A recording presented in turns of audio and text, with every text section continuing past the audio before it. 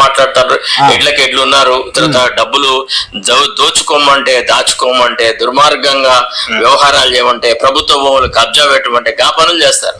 అంతేగాని చాణక్యుడి లాగా రాజకీయ చతురతతో ఒక పార్టీకి ఒక స్ట్రాటజీ వ్యూ అవుట్ చేసేసి ఆ పద్ధతిలో ప్రజల హృదయాలను గెలుచుకోలేరు, ప్రజలకు రక్షణ కూడా.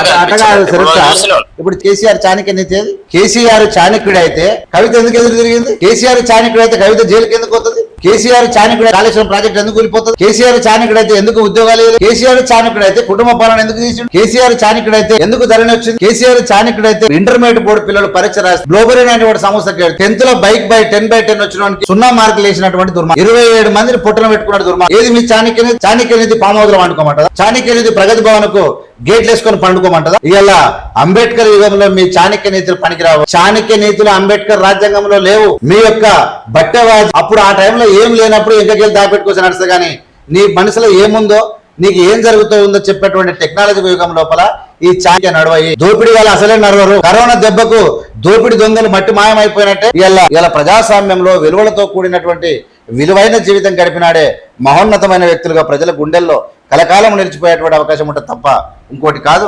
100% ఖచ్చితంగా వీళ్ళ పని అయిపోయినట్టు.